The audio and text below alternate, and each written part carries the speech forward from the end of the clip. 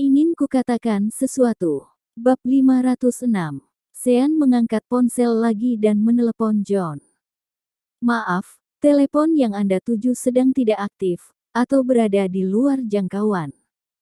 Sean mengerutkan keningnya. Dia tidak mengerti mengapa setelah mengejar Cynthia, tidak lama kemudian, John hilang kontak. Apakah jangan-jangan karena ketahuan orang-orang Juan, lalu dihabisi? John salah satu bawahan favorit Sean dan sudah melakukan banyak hal untuknya. Jika Juan membunuh John, Sean tidak akan mengampuni Juan. Pada saat ini, tiba-tiba Wawan menelepon. Halo, Wawan. Ada apa? Sean segera menjawab telepon. Wawan diutus Sean untuk mencari tahu keberadaan John, jadi sekarang Sean menebak seharusnya sudah ada hasilnya. Tuan muda Sean, saya menemukan Kak John, kata Wawan. Sean sangat gembira. Di mana John? Dia di Filipina, tapi dia ditangkap dan dipenjara. Tuan muda Sean, saya tidak dapat bertemu dengannya.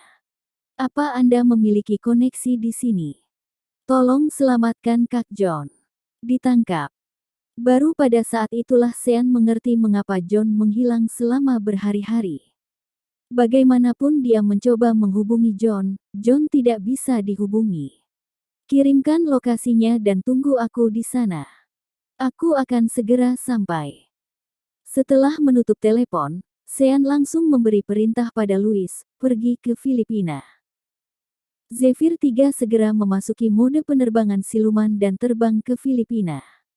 10 jam kemudian, Sean tiba di Filipina. Wawan berdiri di tempat terbuka dan menyaksikan Sean keluar dari kekosongan. Dia tercengang ketakutan. Sinting. Sinting. Ini pesawat siluman. Sial. Keren sekali. Tuan muda Sean, barusan Anda seperti baru saja keluar dari pintu ajaib. Wawan terus memuji. Pada saat ini, sosok yang tidak asing lagi ikut berlari ke sini. Tuan muda Sean. John terlihat berlari mendekat. Ketika dia datang, Sean meminta orang-orang melobi dan melepaskan John dari penjara. Wawan terkejut, Sinting. Kak John. Kakak sudah keluar. Tadi pagi aku pergi untuk menjengukmu di penjara, tapi orang di sana tidak mengizinkanku menemuimu. Ngomong-ngomong, Kak John, aku dengar kakak dikurung karena memakan lengan seorang anak kecil. Sejak kapan kakak jadi segila itu? Seketika wajah John berubah muram, lalu mengamuk, siapa yang makan lengan anak kecil? Aku dijebak. Sean tidak bisa menahan tawanya ketika mendengar alasan aneh yang membuat John masuk penjara. Ini pasti perbuatan kakak keduaku. Dia sangat suka memasukkan orang ke penjara. Selain itu, dia selalu menggunakan alasan yang sangat aneh. John, kamu pasti ketahuan membuntuti Cynthia oleh kakak keduaku. John menghela napas. Hah, karena ini perbuatan kakak kedua tuan muda Sean, aku akan melupakannya. Kalau itu orang lain yang mempermainkanku begini, aku pasti akan mencarinya dan membuat perhitungan. Sean merasa John masih termasuk baik pada John. Setidaknya dia tidak membunuhnya dan tidak membuat John kehilangan lengan atau kakinya.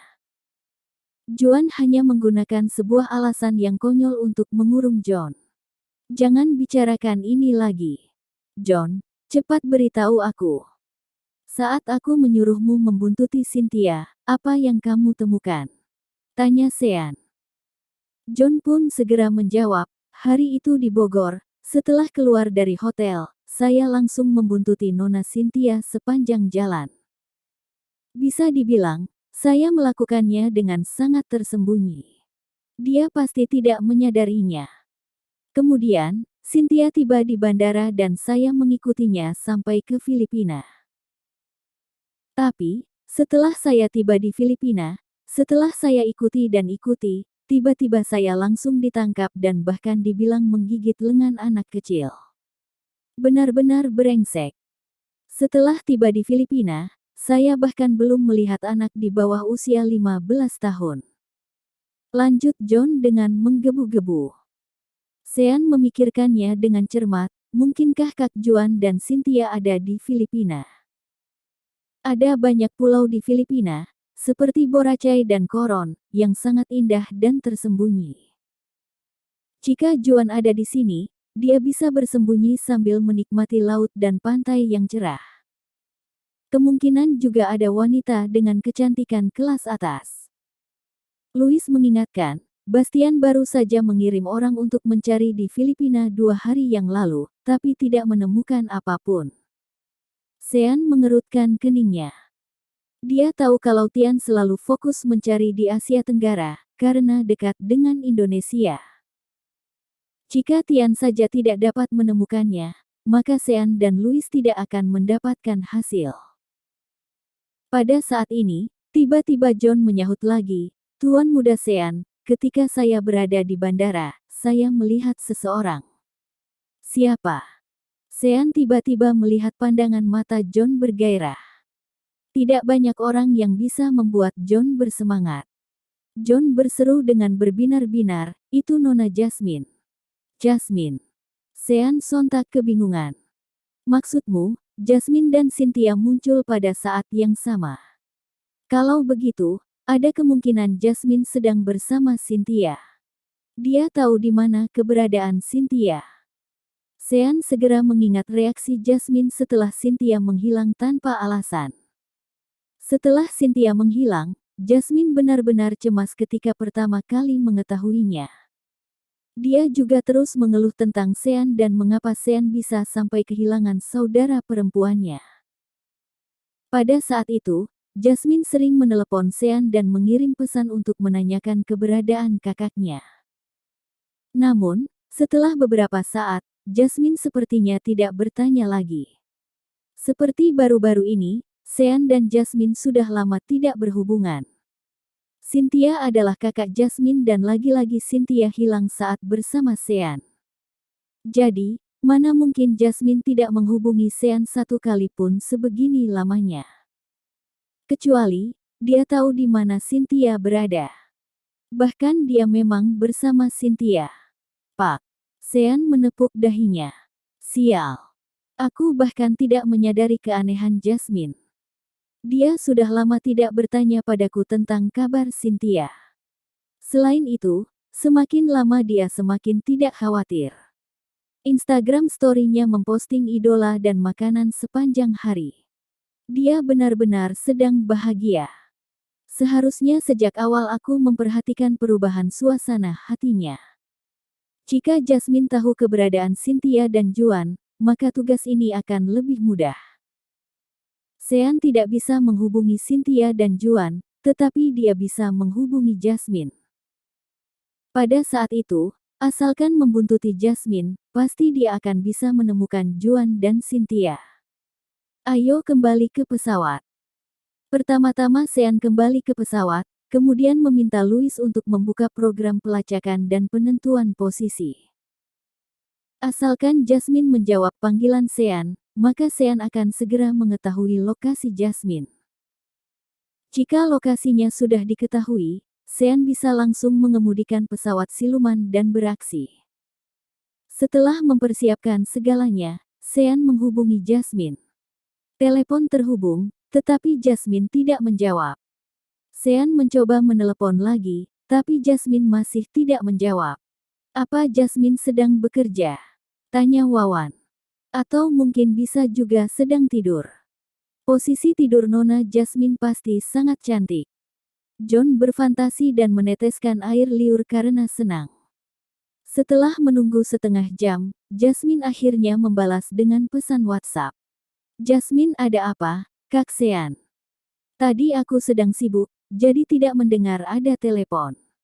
Kalau ada apa-apa, katakan di WhatsApp saja. Sean tersenyum melihat pesan itu. Jasmine sengaja tidak membiarkan Sean menghubunginya. Takut dilacak. Bagus. Semakin dia seperti ini, itu semakin membuktikan kalau tebakan Sean memang benar. Jasmine memang sedang bersama Cynthia. Jika Jasmine bersama kakaknya, akan lebih mudah menemukan Juan dan Cynthia. Gadis bernama Jasmine ini masih muda, kekanak-kanakan, lugu, dan sangat mudah dipancing. Sean pun menjawab di WhatsApp. Sean, aku sudah lama tidak melihatmu. Ayo video call saja. Mau video call? Haha. Aku juga sudah lama tidak melihat Nona Jasmine. John yang melihat ini pun menjadi senang. Jasmine, video call. Lebih baik jangan. Sekarang aku sedang tidak bisa video call. Lebih baik kita mengobrol lewat pesan saja. Wawan mengingatkan, Tuan Muda Sean, seingat saya dulu Jasmine sangat suka video call dengan Anda. Sekarang dia bahkan menolak Anda, jadi pasti ada sesuatu yang disembunyikan. Mungkin saja dia benar-benar sedang bersama dengan Tuan Muda Juan. Sean sendiri berpikir begitu. Sedang tidak bisa video call. Kapan Jasmine bisa tidak ada waktu untuk video call? Jasmine dan Sean sama-sama tinggal bersama di sebuah hotel di Amerika Serikat selama 1 malam. Selain saat Jasmine menggunakan toilet, di saat lainnya, bahkan tanpa riasan, dia masih bisa melakukan video call dengan Sean. Sean menjawab dan Jasmine buru-buru membalas. Sean, kenapa sedang tidak bisa video call? Apa di sebelahmu sedang ada orang? Jasmine, iya. Aku sedang bersama pacarku. Kalau aku melakukan video call denganmu, dia pasti akan cemburu. Haha. Pacar. Sean tertegun sejenak. Sejak kapan Jasmine punya pacar? Kakaknya menghilang dan keberadaannya tidak diketahui. Lalu, ayahnya bangkit dari kematian, dan keberadaannya tidak dapat ditemukan. Tapi, dia masih bisa-bisanya berpacaran. Sementara, John lebih emosi lagi dan tampak tidak terima. Sinting. Nona Jasmine sudah punya pacar. Tidak. Ini pasti bohong. Sean kembali mengetik dan menjawab. Jasmine mengirim satu emotikon imut dan membalas. Sean, aku tidak percaya kamu punya pacar. Ambil foto kalian berdua sekarang juga.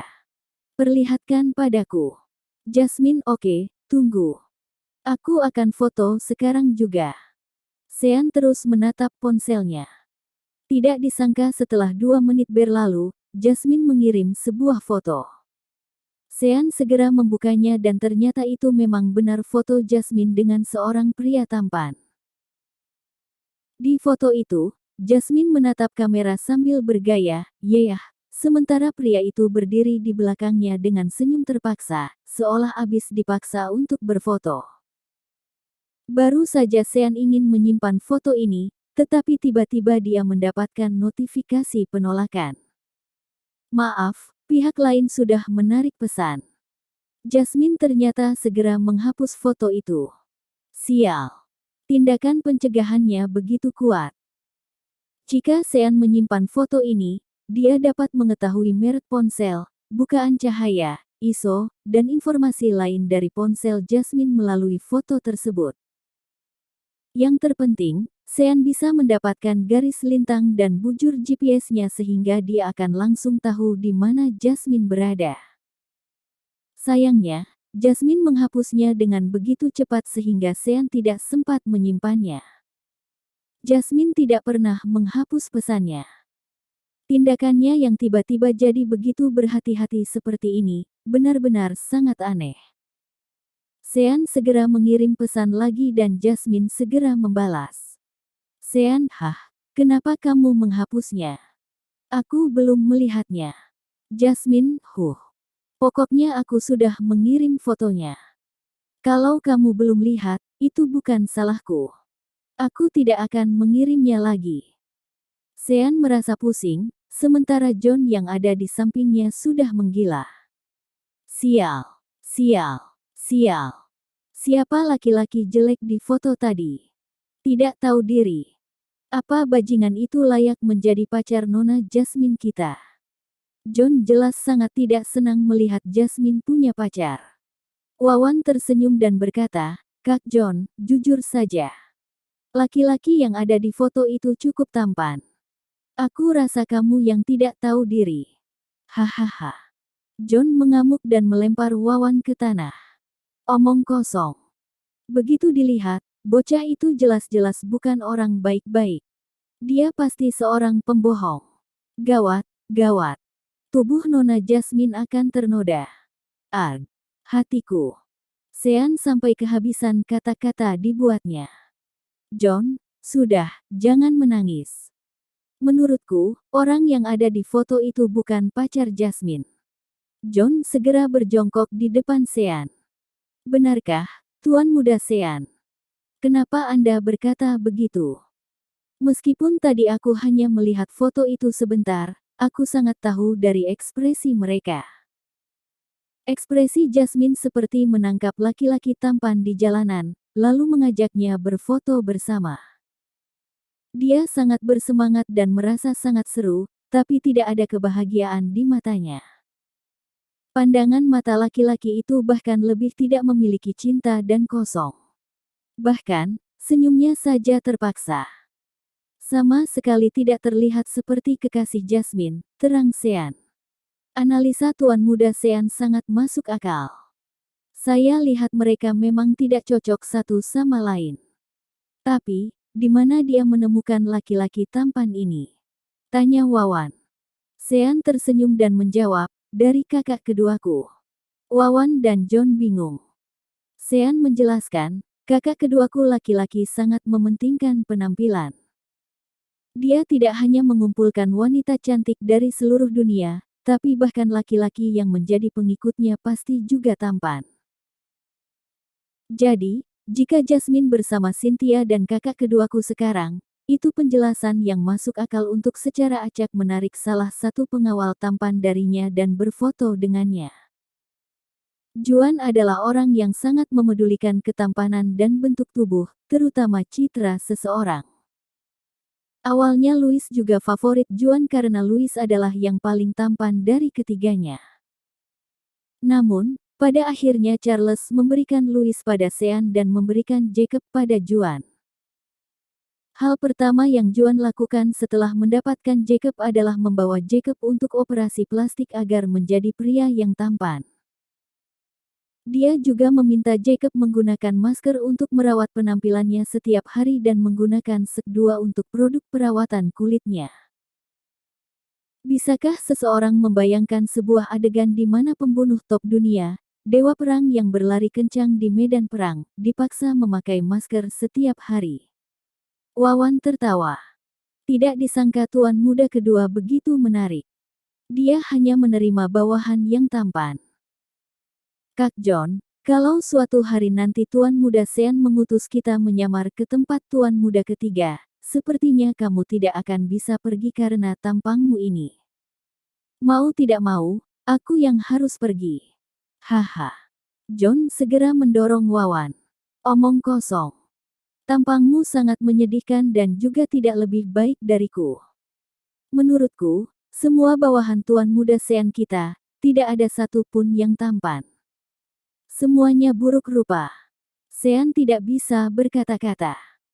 Tiba-tiba Sean merasa dirinya sangat menyedihkan, anak buah Juan memiliki penampilan dan kekuatan.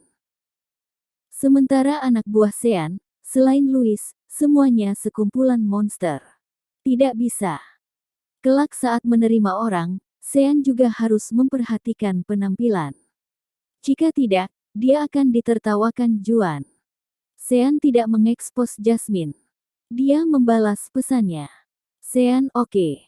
Kalau begitu, aku tidak akan mengganggu kalian. Jangan lupa pakai pengaman. Jasmine iya, pasti. Hehe. John melompat ke samping dengan panik. Tuan Muda Sean, bagaimana bisa Anda mengatakan itu pada Nona Jasmine? Ini sama saja Anda menyetujuinya untuk berhubungan seks dengan laki-laki lain. Dia itu wanita Anda. Sean terdiam beberapa saat. Kenapa Jasmine bisa jadi wanitaku? Jangan bicara sembarangan. Iya, benar. Sahut Wawan, Kak John, jangan bicara sembarangan. Tuan Muda Sean selalu menganggap Jasmine sebagai adik. Perkataan kakak ini seolah Jasmine sudah berselingkuh dari Tuan Muda Sean saja.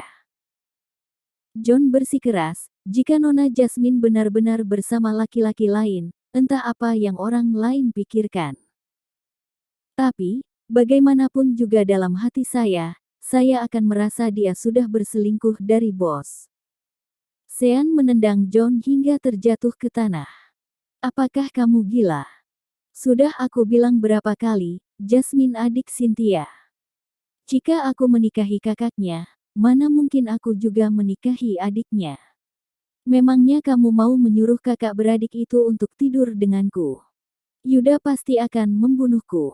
Sean kesal setengah mati.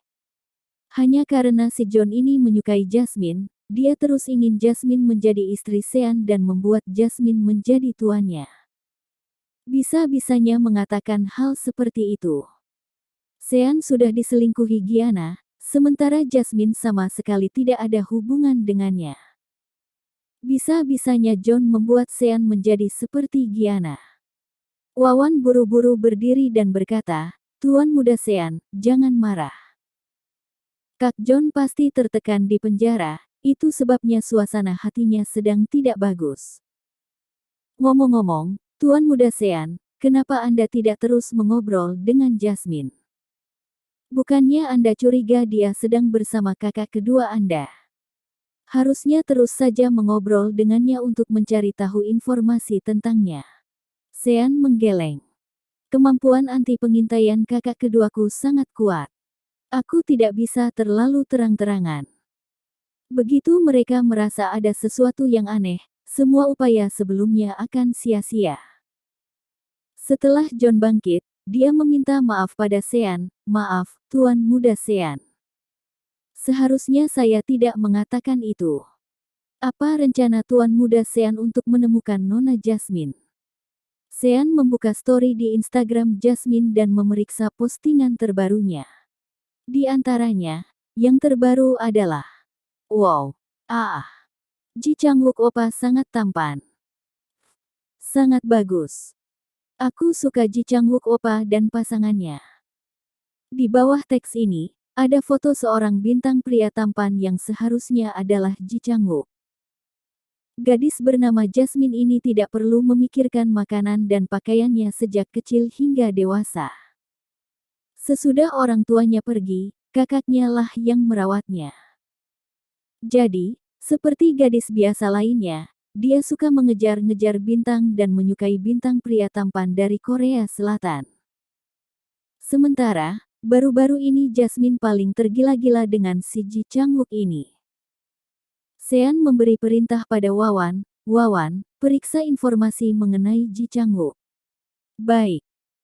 Wawan segera mencari informasi Ji Chang-wook dan membacakannya. Ji Chang-wook adalah aktor Korea populer yang telah muncul di banyak drama idola. Dia cukup tampan, tetapi popularitasnya di Indonesia rata-rata.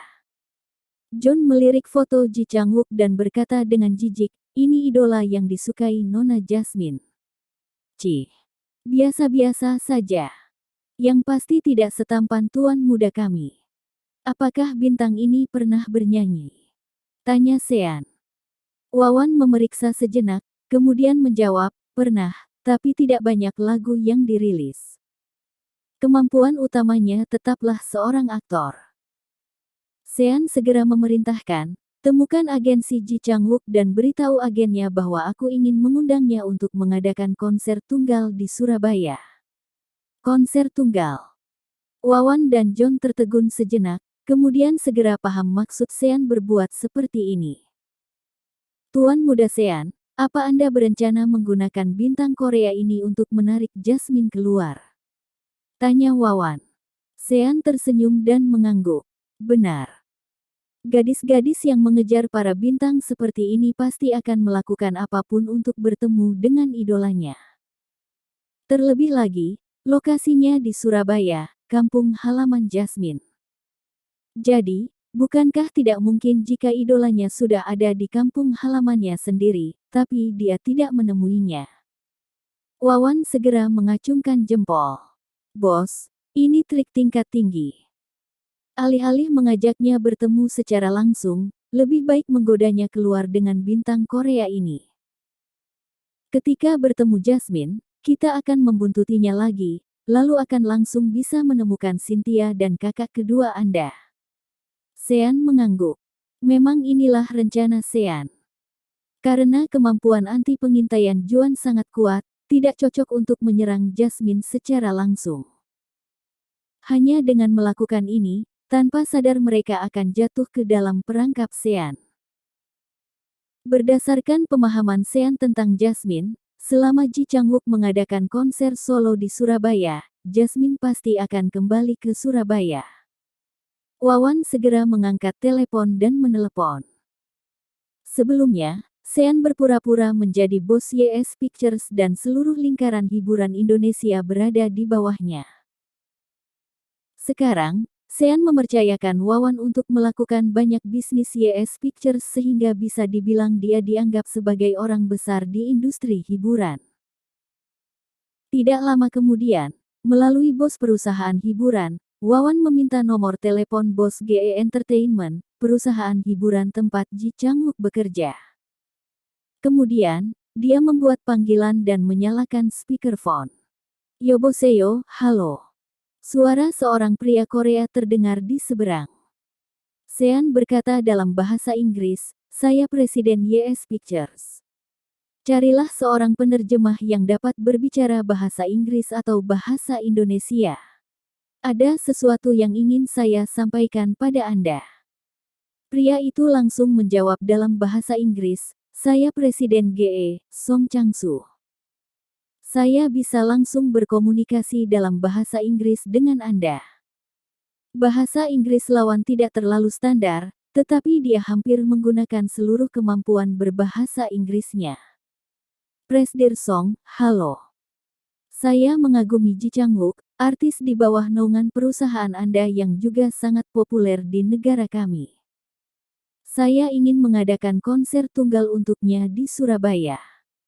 Saya akan menyediakan pencahayaan, panggung, dan sound terbaik. Saya akan membayar dengan harga yang bagus. Kalian bisa mengambil semua biaya konser. Bagaimana menurut Anda?" Sean langsung menawarkan. Song Chang-soo tidak menjawab untuk waktu yang lama dan membuat Sean sedikit bingung. Setelah waktu yang lama, Song Chang-soo berkata dengan suara yang pelan, "Tunggu sebentar. Sebaiknya saya memanggil seorang penerjemah saja." Sean kehabisan kata-kata. Hanya saja, dia menghabiskan 1 tahun di Korea Selatan dan juga bertemu banyak orang Korea. Dia tahu bahwa orang-orang Korea selalu berpura-pura pandai berbahasa Inggris.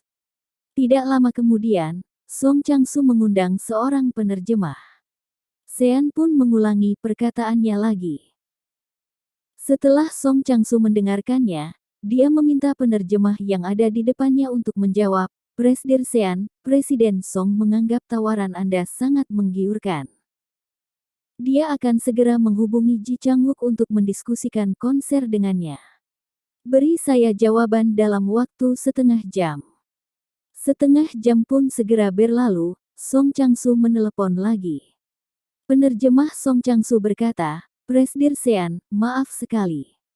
Artis kami Ji Chang-wook tidak bersedia mengadakan konser di Surabaya." "Apa? Tidak bersedia? Kenapa tidak bersedia?" tanya Sean. Penerjemah menjelaskan, "Karena artis kami merasa popularitasnya di Indonesia tidak cukup tinggi dan dia seorang aktor, jadi menyanyi bukanlah keahlian utamanya. Semua penggemarnya juga penggemar dramanya, bukan penggemar lagunya. Dia khawatir jika konser diadakan, dia akan diabaikan dan hanya ada beberapa orang saja yang datang. Anda juga tahu artis kami adalah bintang idola yang sangat memedulikan citranya. Anda tidak perlu mengkhawatirkan soal penggemar. Jika tidak ada yang datang, saya akan membayar orang untuk datang. Saya jamin penonton yang hadir di pertunjukan akan penuh," kata Sean. Penerjemah berhenti sejenak dan berkata, "Maaf sekali. Artis kami memiliki harga dirinya sendiri. Dia tidak ingin mengundang penggemar palsu dan tidak ingin memperoleh uang dengan cara semacam ini."